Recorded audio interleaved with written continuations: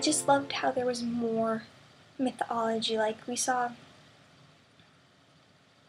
the Geminis, don't know how to pronounce it, Geminis, but like the half human, half snake people of Athens who were the first, I guess, inhabitants of it. I'm not as good on that mythology than the rest, but also like Asclepius, who was the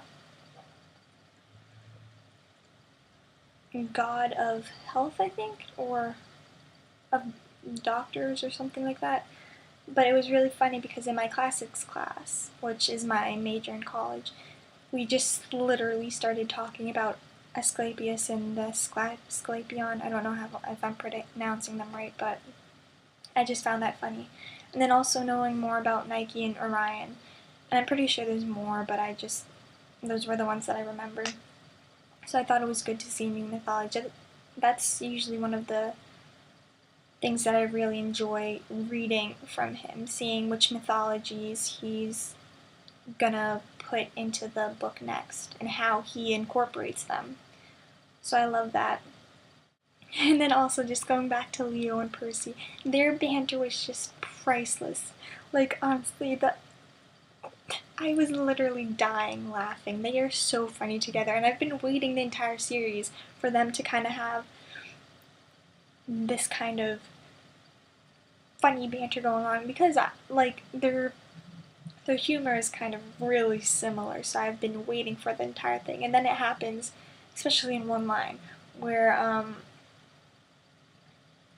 Percy is saying, when they're talking to the Geminis, Percy says, "Oh, Gemini like your zodiac sign? I'm a Leo." And then Leo says, "No, stupid, I'm a Leo, you're a Percy." And that was just perfect. That was hilarious. And then also, both of them trying to get Nike to come out, they were talking about, oh, I wonder if we talk about Adidas being better than Nike, like that brand being better, if she'll come out. And then she ended up coming out after they said that, so I thought that was just perfect. I loved their sense of humor. I think that's why both of them are each of them are my favorite characters of the series. And then I guess I'll talk about the things that I didn't enjoy as much. I was kind of disappointed in not seeing as much as Thalia, Grover, Rachel, Tyson, the Hunters of Artemis, the Amazons.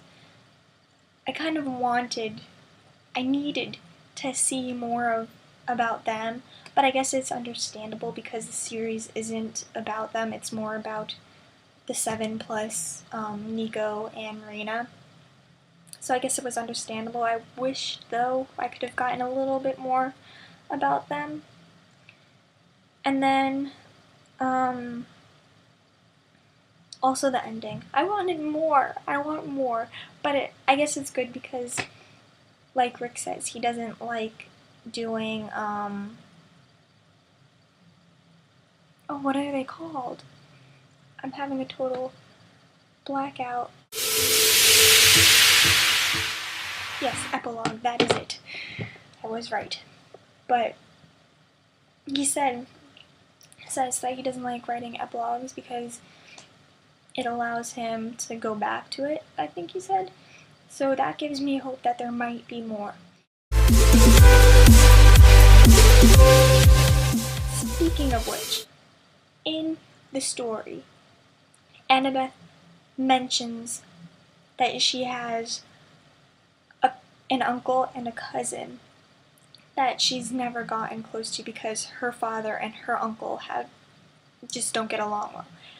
My theory is that cousin living in Boston, which was said in the book, is Magnus Chase, who will be the main character in Rick's Nordic series.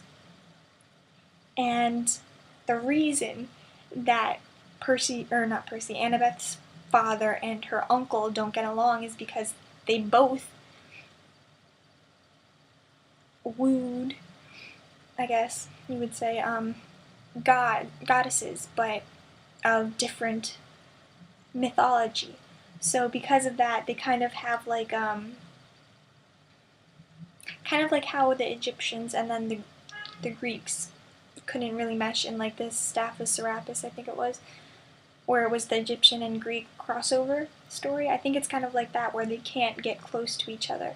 Or also because Annabeth's dad probably thought, oh, Greek goddesses and gods are better, and her uncle was like, no, Nordic gods are better. But yeah, that's my theory. I think that Magnus Chase is Annabeth's cousin who lives in Boston, who had like a one sentence speech, I guess, about him.